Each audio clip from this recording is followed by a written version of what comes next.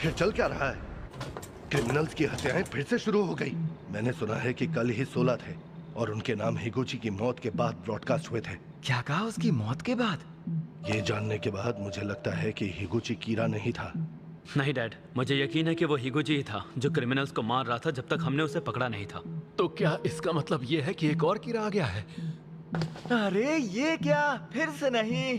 कीरा, लानत है तुम पर। कितने कीड़ा हैं इस दुनिया में? आखिर हो क्या रहा है?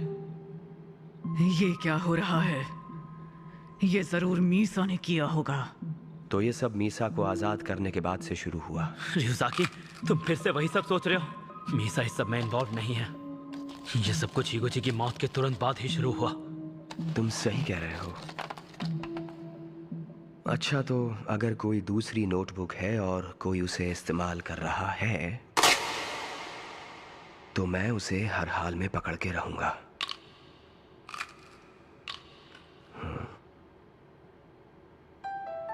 शिनिगामी ने कहा था कि उसे पता नहीं, लेकिन अगर कोई नोटबुक के टुकड़े पर नाम लिखकर मार सकता है तो ये नामुमकिन नहीं है। लेकिन जो भी इस नोटबुक में नाम लिखता है उसे 13 दिन के अंदर दूसरा नाम लिखना होगा, वरना वो खुद मर जाएगा। लाइट यागामी और मीसा अमाने जिंदा हैं। 13 दिन। क्या राज है इनका? सुनो रियुजाकी, अगर हम उस शख्स को पकड़ भी ले जो इस किताब में नाम लिख रहा था, तो क्या हम सच में उसे सीरियल किलर की तरह कन्विक्ट करके सजा दे पाएंगे?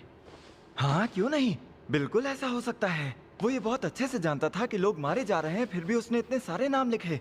अगर हमें नोटबुक की सच्चाई को पब्लिक से छुपाना है तो हमें उसे मार देना चाहिए। उसे मारना मुश्किल है, लेकिन मुझे लगता है हमारे सीनियर्स यही डिमांड करेंगे।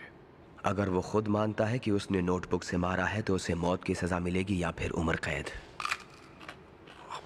कुछ इसी तरह की सजा। तुम क्या सोच रहे हो लाइट यागामी? अगर मीसा को कुछ हुआ तो तुम भी।